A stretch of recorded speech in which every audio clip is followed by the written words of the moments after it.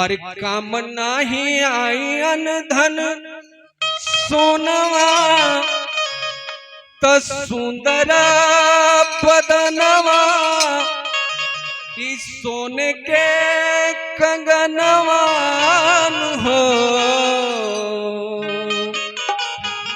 काम नाही आई अन धन सोनवा इस सुंदर बदनवा तो सोने के कंगनवान हो। ये दीदी हो शिवाजी के गुरु ना बनाई सफला वो जीवन हो। ये भैया हो शिवाजी के गुरु ना बनाई सफला वो जीवन हो। काम नाही आई अनधन सोनाई सुंदर बदनवा सोने